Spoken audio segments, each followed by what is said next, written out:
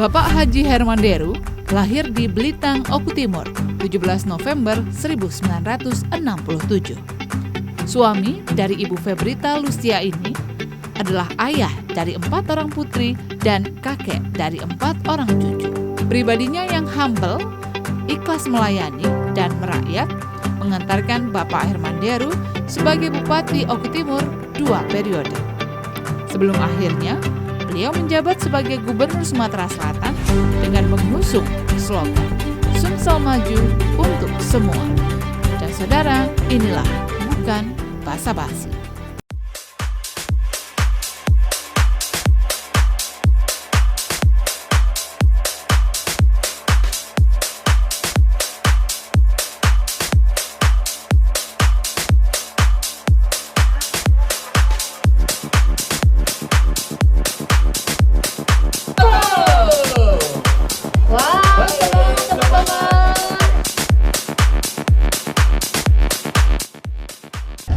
Salam jumpa pemirsa TVRI Sumatera Selatan dimanapun Anda berada. Bagaimana kabar Anda hari ini? Senang rasanya saya Wima Yasir Rustam kembali hadir menjumpai Anda dalam Bukan Basa-Basi. Kali ini saya beserta tim Bukan Basa-Basi sudah berada di Kabupaten Oku Selatan. Kami berencana untuk mewawancarai Gubernur Sumatera Selatan Bapak Haji Hermanderu. Karena kesibukan beliau yang begitu padat, akhirnya kami mencoba untuk menyela waktu beliau untuk dapat berbincang bersama kami dalam Bukan Basa-Basi kali ini di tengah event internasional yakni Grand Fondo 2020 di Kabupaten Oku Selatan. Untuk itu ikuti kami dalam Bukan Basa-Basi. Ya pemirsa, saat ini saya sudah bersama Gubernur Sumatera Selatan Bapak Haji Hermanderu, di mana di tengah kesibukan beliau akhirnya kami memiliki waktu untuk mewawancarai. Pak Gub, apa kabarnya Pak Gub? Alhamdulillah baik. Kalau melihat ini di Oku Selatan begitu ya, di tengah suasana yang begitu meriah ini, apa komentar Bapak?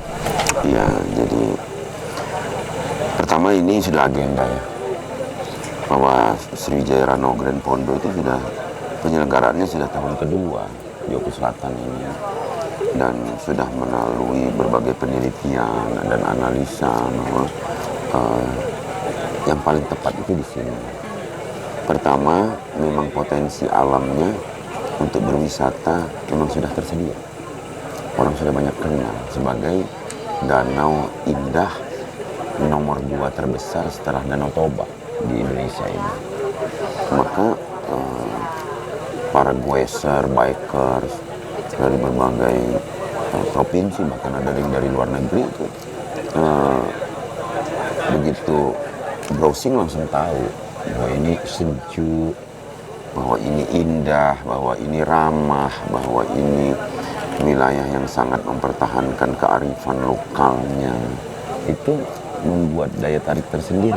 Kita sebagai pemerintah provinsi, sebagai gubernur, tinggal mendorong.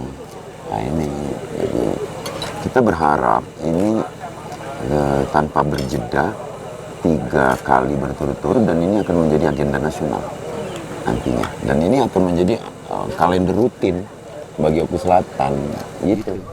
Tapi memang kalau misalnya melihat geliat dari sebuah acara ini memang berdampak begitu luar biasa terhadap pasti memang bukan hanya sekedar ekonomi ya, bahwa selalu saya tekankan tentang pertahanan kearifan lokal.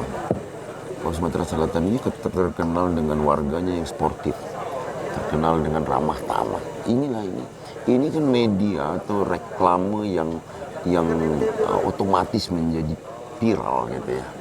Setiap pengunjung punya Android, punya medsos. Dia akan cerita tentang keindahan alamnya, tinggal keseniannya, potensinya. Dan ini menjadi ajang reklame yang luar biasa, yang tidak terukur dengan materi. Jadi ekonomi pastilah terdampak ya, artinya menjadi lebih baik. Apalagi kita dalam masa pemulihan ekonomi nasional, kita sekarang sudah menuju green setelah kemarin sempat oranye, saat ini kuning menuju hijau. Kita sudah harus pulihkan ini, karena semangat masyarakat itu modal terbesar di dalam pemulihan ekonomi. Tapi kalau misalnya melihat memang apa ya Pak ya, Bapak tuh begitu punya visi begitu dalam memimpin, tidak hanya di satu sisi seperti perekonomian, kemudian juga pariwisata, kesehatan dan sebagainya. Itu sebenarnya ide-idenya itu dapat dari mana sih, Pak Gup? Jujur saja, kadang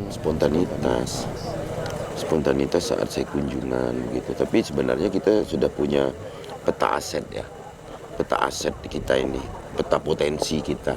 Saya sudah punya juga.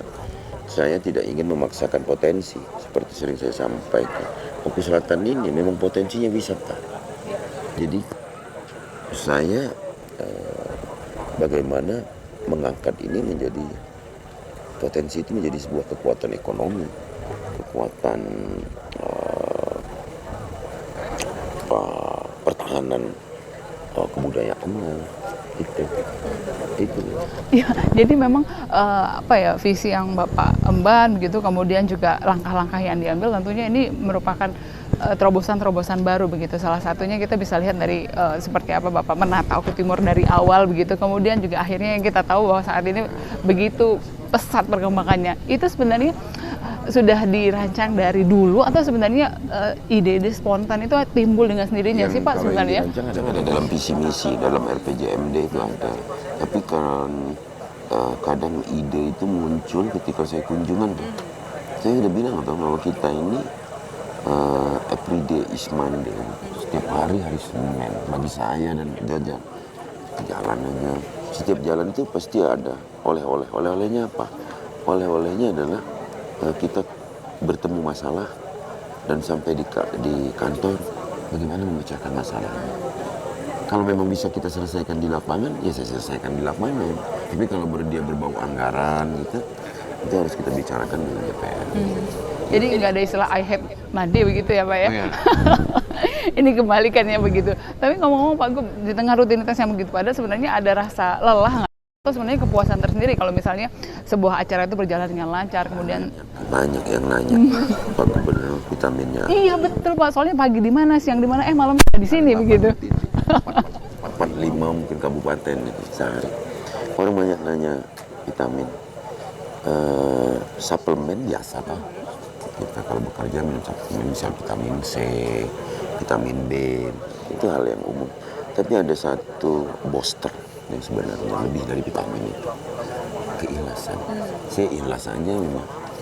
Kita kerja ikhlas, melayani dengan ikhlas, bekerja dengan ikhlas. Ini saya ingin tertular kepada seluruh jajaran. Kalau kita bekerja ikhlas pasti capeknya menjadi terabaikan. Ikhlasnya dalam artian apa ya Pak? Soalnya ikhlas ini biasanya susah sekali dilakukan tapi mudah diucapkan gitu loh Pak. Ikhlas kalau terkait dengan pekerjaan ini, ikhlas karena sadar amanah. Karena berat sekali ya Pak. Sadar kita ini diberi amanah oleh Yang Maha Kuasa melalui tangan rakyat. Artinya Tuhan kita itu rakyat. Jadi saya ingin ikhlas melayani rakyat itu agar rakyatnya minimal merasa ada peningkatan kesejahteraan. Tapi saya kan melihat kesejahteraan itu dari berbagai perspektif. Tidak hanya kesejahteraan dalam arti kata materi, tapi saya bilang kesejahteraan yang kita cari itu untuk rakyat itu kesejahteraan lahir dan batin.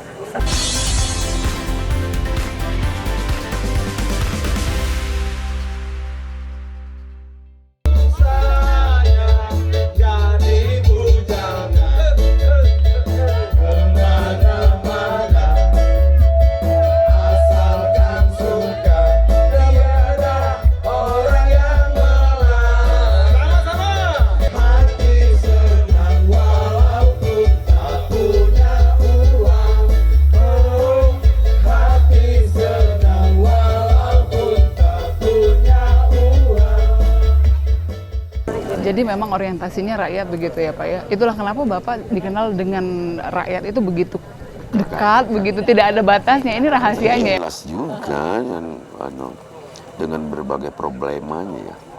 Jadi saya ingatkan juga para pemimpin untuk juga siap dong menghadapi, mencarikan solusi untuk setiap problem yang ada di masyarakat. Dan ini berbeda-beda. Masyarakat di ujung utara, masyarakat di ujung selatan, masyarakat di ujung barat itu berbeda permasalahannya. Berbeda. Kayak di sini, kemarin saya dikejar-kejar orang untuk minta tambah kuota pupuk. Persoalannya apa? Ternyata mereka ada tanaman padi yang di luar peta tanam ATR BPN dan pertanian. Kenapa? Karena mereka kadang masih belum bersurat gitu tanahnya. Gitu. Jadi memang itulah yang akhirnya mendasari mengapa Bapak begitu dekat begitu ya dengan masyarakat dan rakyat begitu. Tidak ada jarak antara pemimpin dan juga itu juga membaca gestur kita. Rakyat itu tahu gestur kita. Kita ini ikhlas apa enggak, kita ini tulus apa enggak. Rakyat itu tahu dengan gestur kita. Jadi nggak usah kita ajarin. Mereka tahu nih gestur pemimpinnya ini basa-basi kayak atau apa itu. Mereka tahu. Nggak perlu sekolah kepribadian juga mereka tahu. Gitu. Itu contohnya ya. Di 2021 kita akan launching pelepasan 1000 PPL misalnya. Pernah dengar ya? Iya. Yang gubernur memanggil gitu ya. Iya betul Pak. Itu 1000 PPL itu karena hasil kunjungan. Ini butuh nih. Ini petani-petani ini kan petani kita ini kalau boleh jujur petani tradisi, Wim. Jadi petani-petani kita ini petani tradisi. Dia hanya ngikutin pola-pola dari orang tua-tua. Turun-temurun begitu ya Pak ya? Nggak berani bikin inovasi. Maka kita ajak PPL untuk dia buat inovasi. Mendorong dia menjadi pelaku ekonomi, bukan menjadi buruh gitu di tanahnya sendiri. Bagaimana dia menjadi petani yang bankable. Dia menjadi punya jiwa entrepreneur. Dia sudah bicara tentang profit gitu. Tidak hanya menjual tenaganya gitu. Kalau tenaga kan menua. Itu yang selalu saya sampaikan jajaran. Jadi saya punya konsep kan, pemimpin itu harus terlihat. Makanya Bima jangan kaget kalau lihat saya di mana-mana. Betul juga ya Pak. Jadi konsep itu pemimpin harus terlihat. Iya terlihat di mana-mana. Dalam komunitas kecil, dalam ajang besar, event-event besar, saya hadir. Tempat yang kecil juga saya hadir. Ini karena saya punya konsep pemimpin harus terlihat. Pemimpin harus terlihat, betul juga ya Pak. Karena bagaimana kontak fisik. Betul. Bukan hanya terjadi di televisi, di medsos. Itu prinsip bagi saya. Jadi lebih dekat dengan masyarakat juga begitu ya Pak? Masyarakat juga dengan jujur kan mengatakan ini pemimpinnya memang tadi saya ulang tadi basa-basi kayak tulus kayak masyarakat itu tidak harus kita hadapi dengan kekhawatiran tentang bahwa mereka pasti ada maunya dalam tanda kutip. Belum. Kadang mereka hanya mau sharing. Justru mereka yang mau berbagi gitu. Ini saya tularkan ini kan dengan seluruh bupati, wali kota. Dan kalau kita sudah bicara tentang mengakselerasi perekonomian rakyat itu jangan bicara politik. Tidak ada politik di sini. Tapi ngomong-ngomong, Pak Gum memang dulu mimpinya waktu masih kecil apa sih Pak sebenarnya? Memang bermimpi jadi pemimpin begitu? Saya jadi pemimpin memang. Oh memang dari kecil memang sudah terlihat ya begitu ya Pak? Ini contoh dulu kalau ada bekas minumnya bupati gitu, gubernur berkunjung di daerah saya, di desa saya atau ke rumah orang tua saya intip dari jauh. Kapan itu bupati atau gubernur pulang, saya mau minum bekas. Wah, boleh juga ya Pak ya, betul. Terus kalau dia bermalam di rumah orang tua, dia masih tidur, saya ke mobilnya, saya pegang-pegang ban mobilnya. Oh iya begitu ya Pak? Itu usia berapa itu Pak kira-kira? Mungkin awal-awal SD lah, kelas 1 atau kelas 2. Usia sedini itu Bapak sudah visioner sekali, sudah berharap. Lebih ke obsesi ya. Enggak, saya lihat orang ini kok berpengaruh sekali gitu. Iya betul. Jadi gini Win, pemimpin itu kan sebenarnya persis dengan dirijen paduan suara. Kalau dia begini, Indonesia, angkatnya. Iya betul. Bima pernah nggak ketemu di lapangan? Saya tanya Bima ya. Orang tepuk tangan aja harus dimulai loh. Iya. Tapi kalau yang memulai itu pemimpin akan gemuruh. Beda tepuk tangan yang dimulai dari belakang. Ada dampak. Tapi kalau pemimpin yang memulai, gemuruh. Karena semua orang akan mencari perhatian pemimpin. Ini konsep, makanya pemimpin harus terlihat. Jadi kalau pemimpin di depan, dia bertepuk tangan, segedung itu atau banyak orang di majelis itu akan ikut. Makanya pemimpin harus memulai. Nah, untuk dia memulai harus dia terlihat. Kalau dia nggak terlihat gimana? Ayo tepuk. Gitu. Tapi menarik juga ya Pak ya, ternyata mimpi menjadi seorang pemimpin itu dari kecil tuh sudah terlihat. Kemudian usia berapa sih sebenarnya Bapak sadar akhirnya, oh ya ternyata Iya, ada korelasi. Saya hampir setiap tahun jadi ketua kelas. Oh iya?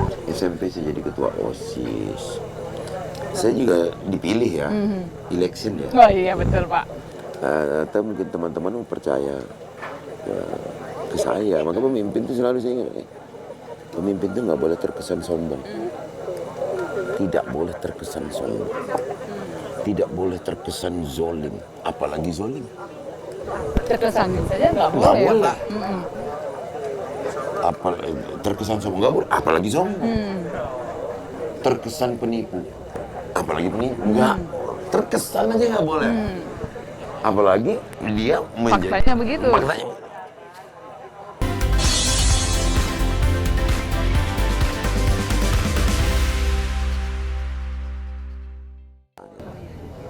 Kalau flashback ke belakang apa sih Pak kejadian lucu ataupun juga peristiwa yang tidak mungkin terlupakan oleh seorang Pak Gup begitu, entah itu dari masa kecil ataupun juga setelah meniti karir ataupun juga apa ya ketika berjumpa dengan rakyat yang mungkin begitu berkesan begitu Pak. Saya cerita dulu ya. Jadi didikan orang tua juga itu berperan besar. Orang tua saya mendidik antara lain gini.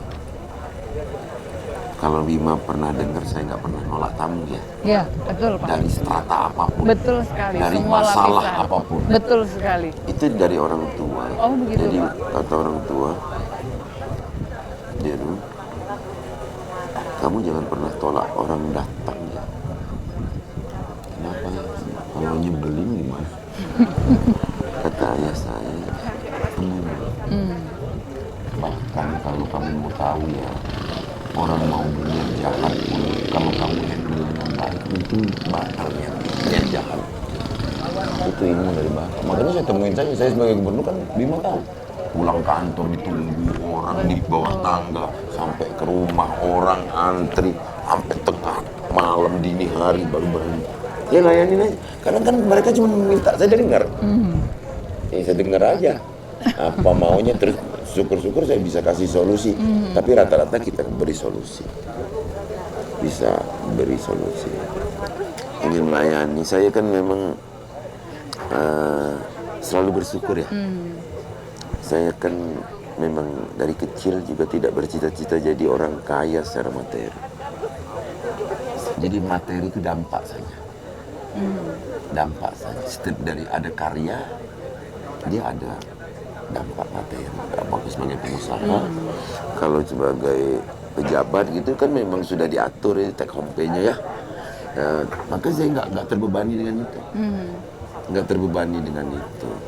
Yang penting pendidikan anak, kesehatan anak, keluarga terpelihara. Enggak juga saya terobsesi dengan materi. Kalau mimpi untuk Sumatera Selatan apa Pak? Mimpi Sumatera Selatan ini saya ingin Sumatera Selatan terus menjadi provinsi yang sejahtera masyarakatnya, bahagia masyarakatnya, dengan indikator kemiskinannya semakin rendah. Tapi kan sekarang kalau mau jujur Bim, kebahagiaan lahir batin itu sedikit demi sedikit meningkat. Dulu kalau orang ke Palembang ngeluh, sakit galau badannya, sekarang tidak lagi. Sudah mulus. Kalian ke Oku Selatan yang tadinya 6 jam mungkin 4-5 jam udah Betul, sampai. Pak. 4 Mulus jam udah semua. sampai. Ini harus diakui. Dan ini bukan kita sombong. Ini keberhasilan bersama. Bertahun-tahun kita. Coba dulu ya ke kampungnya Wima ya, Homring ya. Iya Pak, betul Dulu Pak. 7 jam ya. Betul. Sekarang Pak. 2 jam setengah loh. Iya Pak ya, katanya Pak ya. Saya kan tadi tukang tepuk tangan aja kan gini. Semua ikut kan. Jajaran saya ikut. Gemuruh. Terfokus. Gitu. Tapi kan yang sifatnya kegembira-gembiraan masyarakat juga tetap toh. Kalau nggak ada masalah di pandemi ini, kita menjadi tuan rumah U20, FIFA, level dunia. Itu ya setelah dulu Asian Games, SEA Games pada level Asia, kita ini tingkat dunia. Makanya saya ini kan termasuk orang yang nggak mau pernah mencaci pemimpin-pemimpin sebelum saya. Karena jejak saya ini tetap ada juga tangga sebelumnya dibuat oleh pemimpin sebelumnya. Maka saya nggak pernah mau mencaci. Nggak pernah saya mau mengejek. Bahkan saya katakan program-program gubernur-gubernur sebelumnya yang memang masih bisa kita laksanakan sekarang, laksanakan. Jangan takut gengsi atau nggak boleh. Termasuk program-program mungkin presiden sebelum-sebelumnya masih jalan katanya. Ayo, nggak usah kita terus. Pokoknya yang penting tidak program yang lama, enggak ada itu di saya, enggak ada kamusnya di saya. Kalau bagus, tapi kita harus mungkin membuat inovasi baru, disesuaikan dengan keadaan zaman. Sekarang ini ya, rival kita siapa? IT. Betul Pak. Tapi dia harus menjadi mitra kita, kan? Dia rival tapi dia mitra kita. Kecepatan itu, kecepatan. Sekarang nggak ada yang bisa ditutup-tutupi lagi, dah. Semua sudah terbuka dengan medsos, dengan segala macam. Apalagi kalau pemimpin masih mau upaya bohong-bohongan gitu. Iya, itu. Baik Pak Gub, terima kasih sekali. Tapi kalau waktunya, terima kasih Iya. sudah mengganggu waktunya ini Pak Sejuk ya? Gub. Iya, sejuk sekali. Ternyata Oku Selatan seperti ini ya Pak. Tahun depan yang belum hadir di Ranau Grand Pondo, Sriwijaya Ranau Grand Pondo 2020 ini tetap dinantikan untuk berikutnya. Ini ajang silaturahmi yang berdampak juga ke rekreasi, berdampak juga ke prestasi. Ayo datang sini, banyak dari hampir seluruh provinsi ikut sini, ada 2.500 peserta. Ya, ini bayangkan ya. Iya. Bima, terpikir nggak kalau satu orang membawa 100.000 aja berapa uang beredar di sini? Betul Pak. Kalau membawa 1 juta aja berapa uang beredar di sini? Dan setiap orang mengupload gitu ya Pak ya. Tanya penginapannya ini homestay, rumah-rumah penduduk jadi homestay. Mereka sudah mulai bisa terlibat pembicaraan yang sifatnya informatif, mungkin syukur mengandung edukasi. Dengan adanya orang-orang baru kan yang datang silih berganti. Jadi memberikan dampak positif juga untuk masyarakat kita. Pak Gub, terima kasih sekali ya Pak Gub atas waktunya. Akhirnya bisa berbincang bersama Pak Gub setelah sekian lama menunggu jadwalnya tidak dapat juga. Akhirnya kami kejar Pak Gub lagi. Jadi kalau dengar saya itu jangan mencari waktu, mencuri waktu. Mencuri waktu. Hari ini alhamdulillah dapat. Mencuri. Mencuri. Mencuri yang halal. Iya betul, mencuri tapi izin dulu tadi. Halal. Iya betul. Pak Gub, terima kasih sekali. Ya pemirsa, demikian bukan basa-basi kali ini. Akhirnya saya Wima Yasrustam pamit undur diri dari hadapan Anda. Sampai jumpa dan wassalamualaikum warahmatullahi wabarakatuh. Waalaikumsalam. Terima kasih Pak.